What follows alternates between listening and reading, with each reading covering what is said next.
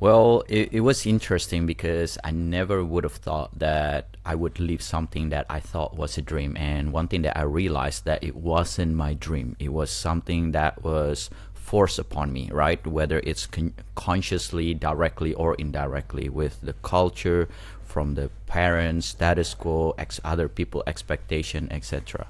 So as I lead up to that, it was a bit crazy because I remember when I first started my Instagram account, and this wasn't the Wicked Hunt. I had another one back then for my travel photography side of things. Sorry, more travel side actually at that time before even getting to photography. I remember one of my colleagues was telling me, I was like, what are you doing? Who's gonna see you? Who's gonna want to see your photos? Why would they care? And this is the type of things that people are seeing, the type of self-limiting belief that stop people from getting out of their comfort zone. Before we even try, we already say that, why would you try? It's not gonna work. And it's crazy, right? It's crazy because the possibility is endless. And when I first tell my parents that I was doing that, they were afraid because I was on the road of what would they call success, what most people, what most society, what's the status quo called success. Because at that time I had a really comfortable job as an engineer. I was in a fast track to become, the management side of it. I had a house, at that time, and I had a serious girlfriend at that time. And so when I left it all, when I start over and realized that, what am I doing? This is not the life that I want to live, that I wasn't living to my true self. My parents was just freaked out, right? So yeah, it's hard to break the paradigm. It's hard to break the status quo, but there is definitely a different side of life where you can pursue your passion, what you love, and still be abundant, still be able to monetize from it, and not living in a hustle or scarcity mindset. I remember I was in Sydney, must have been 2018, and I was doing a stage presentation with a very famous Australian journalist by the name of Ida Buttrose. And in her keynote speech, she was talking about her entrepreneurial endeavours. And one of the things that she was doing, she was pouring money into it, she was pouring time, she was putting other people's resources into it, and it wasn't getting the result that she wanted. And I believe one of her mentors turned around to her and said, the dream doesn't have to last forever. And I thought that was so appropriate because in my life, like my wife said last night, she said, husband, you were snoring all night. I fall asleep and I have these incredible dreams. And sometimes for some reason I wake up and I go, oh my gosh, I've just woken up. And then I try to get back into that dream. And I don't know if it's happened to you, but you go back to sleep and you're like, this was such an incredible dream. I've got to go back to the dream. I've got to go back to the dream. And eventually it's about 5 a.m. and you're absolutely tired and you get back into the dream and it turns into a nightmare. And I believe that, all dreams must come to an end at some time. And it's a natural process. What you were mentioning here. Most people think success is getting an education, getting a job, finding a partner, buying a house, having children, and then holding on to that for the rest of your life. and those fears, leaving that comfort zone kicking. But if I can just hold on to this for the next 40 or 50 years, everything will be okay. But internally, I think there's a different story. For you, once you left that path, what were those challenges? And you started to talk about the fears, the doubts, and the limiting beliefs. What was happening on the inside, and what hadn't you anticipated? Yeah, so what you say there is incredibly powerful, and I believe that all of those are valid, right? Some people, different people want different things, and I would not encourage everyone to quit their job and just travel around the world because that's not their thing. For example, one of my friend, one of her really goal passion was to be a mother, and that's what she wanted, and that's okay. I think the most important thing is to live your true self, to live off something that is that you really want at your own terms, right? Instead of dictated by what other people think, what the status quo drive you towards where you should be instead of where you want to be. I think that is the difference. When I first started, it was crazy because it wasn't like where it is today, where you could find a lot of information, a lot of mentor at a really affordable price, right? I was just trying it out myself. I didn't know what I'm doing. I was traveling, and I thought the first thing that I had to do was, get a good camera, get really good with photography, and build up portfolio. And it is a wrong self-belief, but it's a different topic altogether.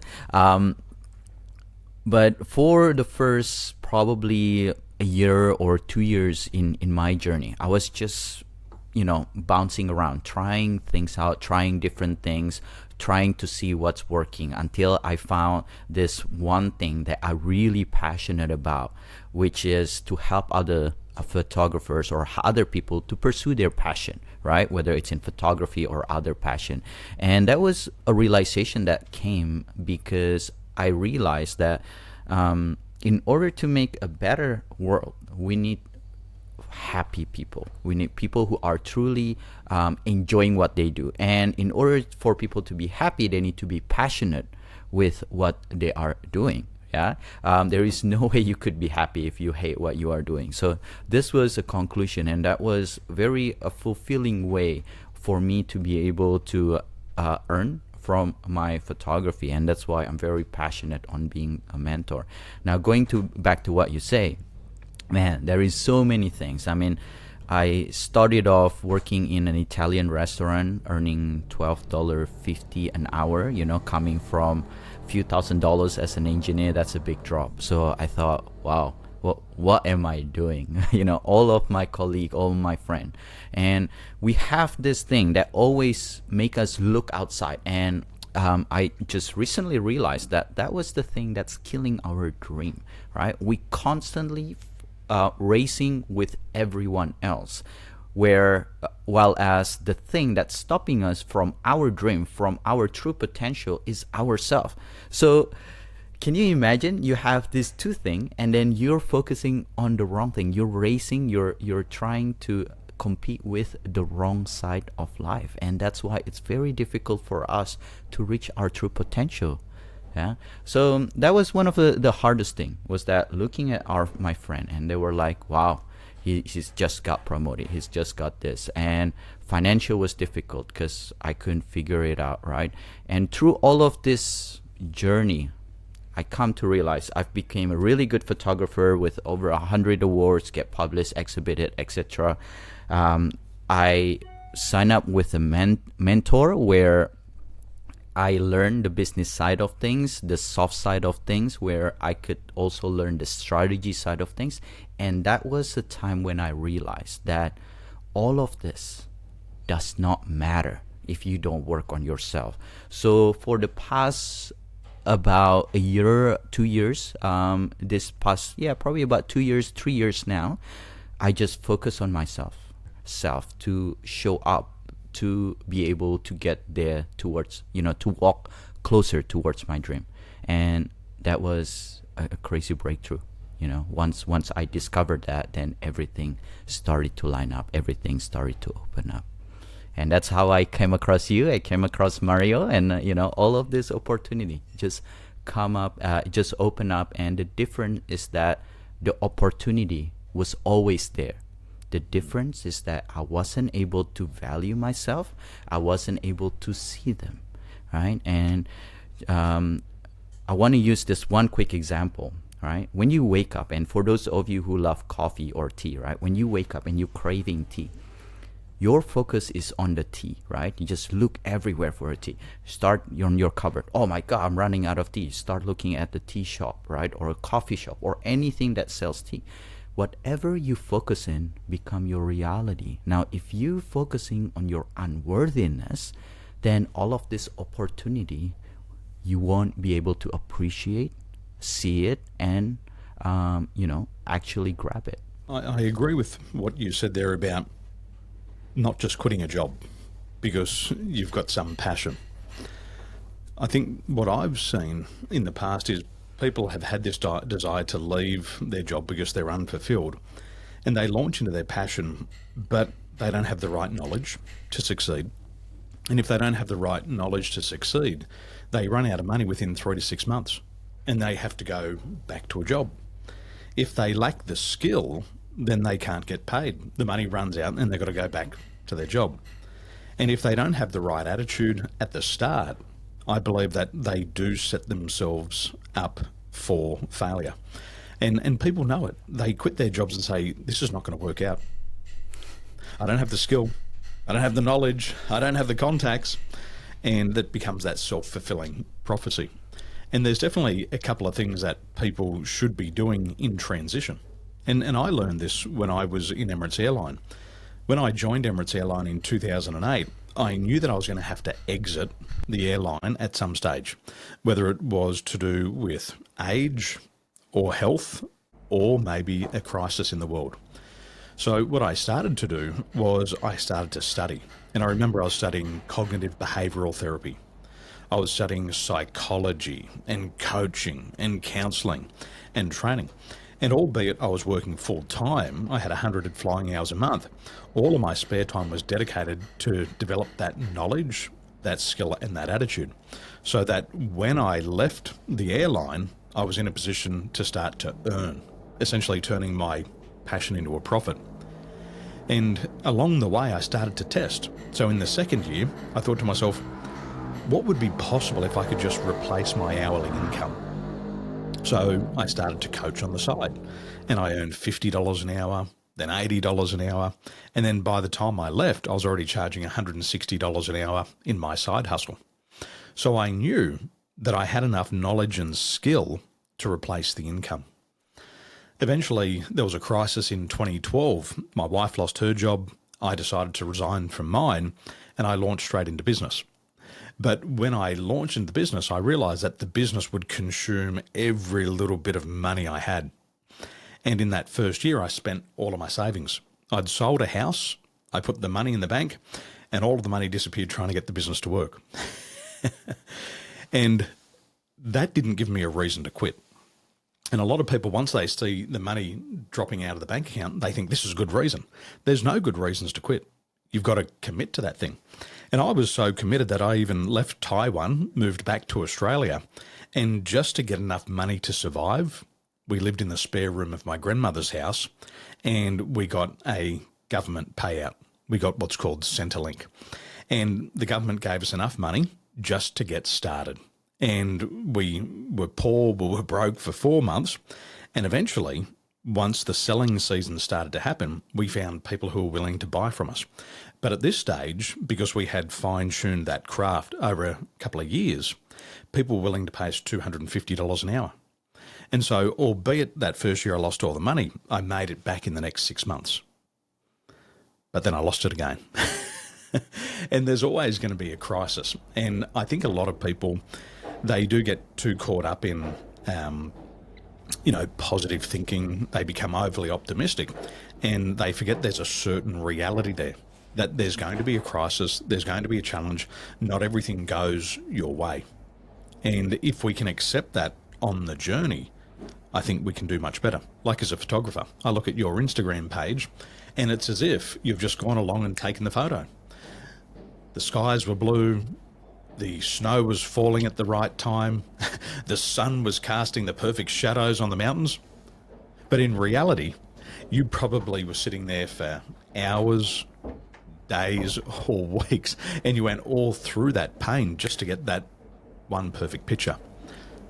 Now, my camera's doing something weird. I even get a thumbs up on the screen. So all of us have to go through those hurdles. How did you deal with your hurdles, and what's been the payoff since you overcome those hurdles?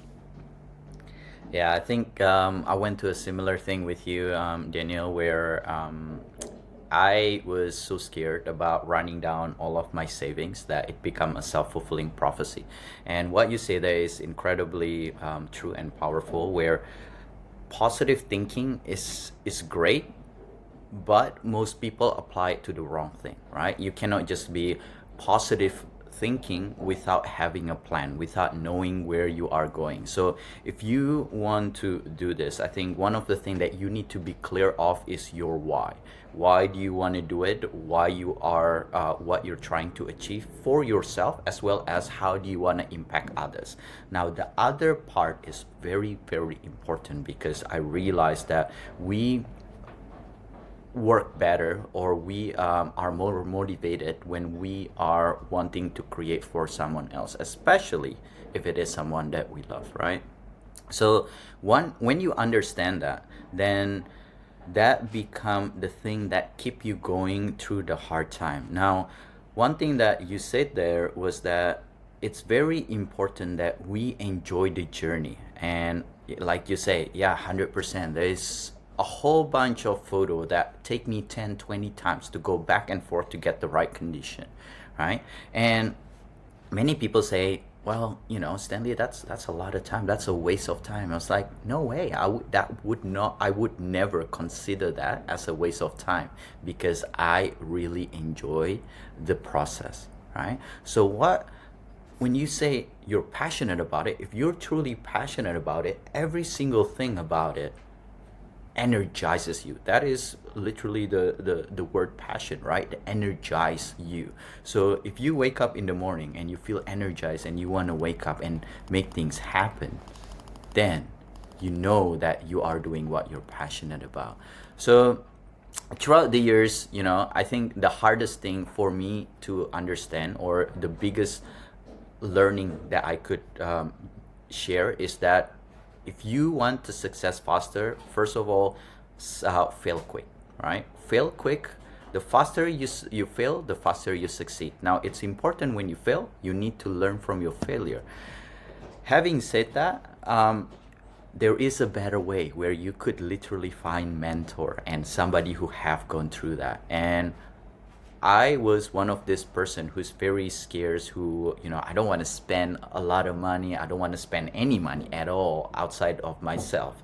And it took me about 5 years from the start of my photography to start understanding the value of mentor. And when you have a mentor, gosh, your journey just got fraction, right? I mean, one of my mentee was able to lock in $5,000 deal without portfolio, without having a website, without followers. I think he only have 200 followers or something like that, right? $5,000 deal from his first gig that become his portfolio instead of spending years compiling portfolio. My other mentee, Sarah, locked in 15 clients with a total of $3,000, so about $200 per person, right? From 4 months from the very first time she learned how to use a camera. So nowadays there is so many different ways to get there, and people still think that the old way is the best way. And I just want to challenge everyone that there is, that saying, hey, you got to think outside the box. And I'm gonna say it better, where take the box and throw it away. There is no box, and the possibility is infinite. Now, this is literally this era right now is an era of creation, because all the tool is there. AI, social media, everything to succeed is there. So everything that we have learned in the past, we need to challenge that, and we need to look at, hey, is this still the best way to approach that?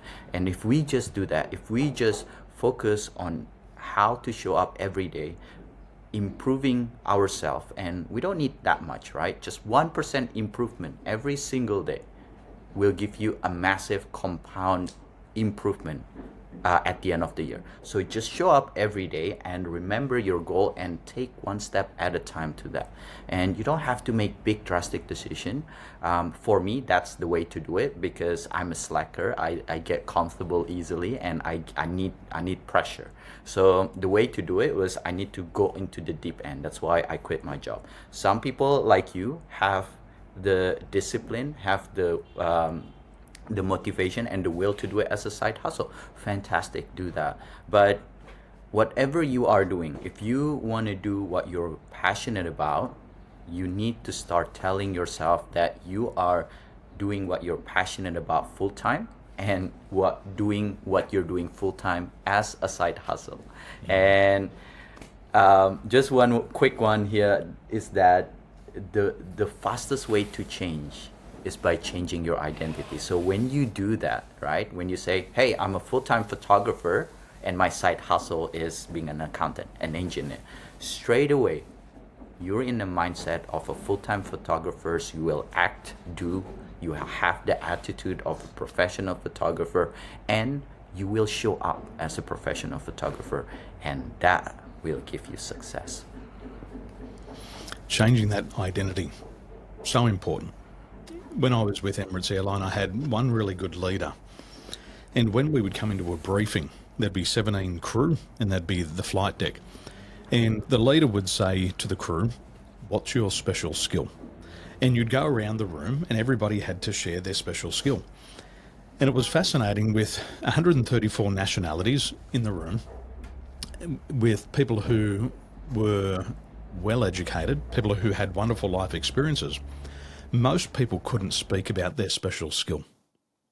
And most of them, the response was to look at the ceiling, to look away, and they couldn't articulate what they did best. And I remember, for me, I started to tell people. At the start, I would tell them, "I'm a life coach." And as soon as I mentioned life coach, people would go, "Oh my gosh, that's incredible." And then I'd have people lining up on the aircraft ready to talk to me. They said, "Hey, you said your special skill was a life coach. Can I have a conversation with you?" And they'd line up. I'd get people knocking on my door on the layover going, "Can you hypnotize me? Can you do some NLP? Can you help me out?" And that's how I started my side hustle. I just told people what my special skill was. And eventually, after I told enough people, they told other people what I was good at. And that was how I started. I didn't have necessarily any money for marketing in the bank. It was just using my reputation, but telling others what I did. And so that was powerful for me. However, my wife had a different experience. In 2010, she had an accident on an aircraft, and it left her with a fractured knee, and she fractured her knee in 5 places. So as soon as the aircraft landed, she went straight to the hospital, had emergency surgery, and then was in rehabilitation and multiple surgeries over the next 2.5 years. She went through that period of time. She had mental health problems, she had physical problems, and then she was left with a permanent disability. And so she went through a really shit time. And I used to say to her, I say, "Sweetheart, 50 Cent says you got to turn your shit into sugar. And you got to take that pain and you've got to start to profit from your pain." And she said, "Well, how do I do that?" And I said, "Well, there's got to be another 1,000,000 people on the planet who have been through something similar to you. They've had an injury, they've lost their job, and they've got to reinvent themselves." I said, "Why don't you work with people in that area?" And so after a few years, she put her story together. And what she thought was boring, other people thought was fascinating. How can you survive that? How can you go through that? How can you bounce back from that? And she really turned that pain into profit for her. And she's built an entire career and business around that. So I think you've got to get clarity on your story, where you're coming from. You've got to start to announce to the world what you do best. But then, as you mentioned, you've got to have a strategy. And you can hope to turn it into a business, but hope is not a strategy. You can pray to any god, but praying is not a strategy. You've got to have a system in place and steps that other people have done before so you can get the same result. So if you were teaching somebody how to turn their passion into profit, what does that journey look like? Yeah, that's I'm sorry to hear about your what happened to your wife. And this is one of the most important lessons, is that we can always turn weakness into strength, right? There is always a learning. And Tony Robbins is one of my mentor, and one of the things that I learned from him is that life is happening for you, not to you, right? And everything that had happened to us in the past, whether it's our pain or failure, is to reveal the magnificence of our true potential. And if you just think that way, then you may just enjoy every failure, every pain, just like what your wife did, right? And big congratulations to her. Oh my God, being able to do that, right? What a courage! What a courage to not only put herself out there, but turn that into something that can impact other people. So in terms of strategy, I think very first thing, we as a human, very powerful being, where we, if we look at where we are today and we look back all the things that we have achieved, we got there because we had a goal, we have an intention. So very first thing, it's very important to be clear with your goal. Now this is where I always teach my student that you need three different set of goal. Most people stick with the money side of things because that is the thing that we need to survive, right? That's our dinosaur brain thinking. But there you need these three goals, which is health, wealth, and relationship, right? You need physical and mental health. You need wealth in terms of money, but also more importantly time, so that you can enjoy those money, and also relationship, and that is relationship with yourself to begin with, relationship with your loved one, and relationship with everyone else, right?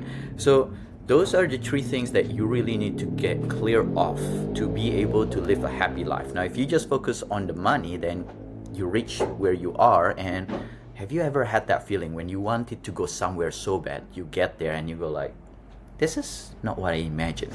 And that's literally what's going to happen. And that's what happened to most people right now, right? Because they focus on the money and they got there, but actually that's not the thing that make them happy, right? So get clear of your goal. The second thing is that you need to decide and commit, right? You need to decide and commit, because most people, first of all, they have a goal and then they don't decide, or once they decide, they don't commit, and that's where goal doesn't come true. And I think, I watched this video by Jim Rohn and it really struck me. He said, people are really good at achieving their goal, but usually we make a really lousy goal, right? And I remember I was asking one of my friends, I was like, well, okay, you're struggling right now, but what are you trying to achieve? It's like, well, Stanley, I just want, to be able to pay all my bills. I was like, that is your goal in life, to pay bills, right? And of course, he will be able to do that, but that's all they get to do. So you need to have a goal, you need to decide, you commit. And then the next step is to have the right attitude towards it. You need to have the right mindset and the right way to feel about it, right? I think you mentioned that. Our attitude towards it is absolutely important. Once you have all of that, then we go into the strategy and the skill. Of course, you need to be competent with what you want to do. And this is the easiest part, because there is so many people teaching the skill and the strategy, and people think that there is this one strategy that will unlock everything. But I hear this on the ClickFunnels ad. One funnel can change the car that you drive. One funnel can change the house that you live in. I've had 1,000 funnels. That's it, right? There is plenty of ways. So figure out what's best for you. And the last thing that's absolutely important is to implement everything from 1 to 4, right?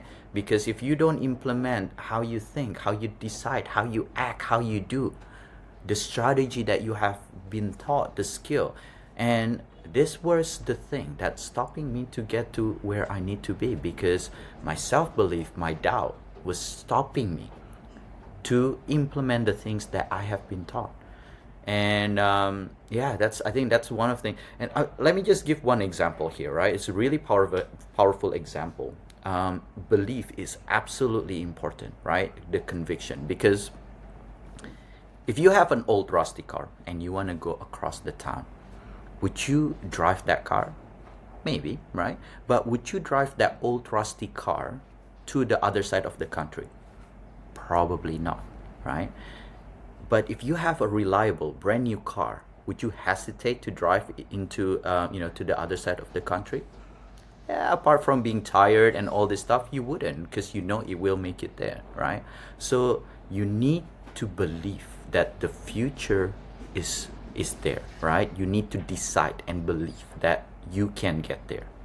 And once you believe, then you have the confidence to take action and to figure out what you need to do, whether you need to have a mentor, whether you need to pay for courses, and then to implement that so that you can reap the benefit of all of this effort and trial that you have to go through.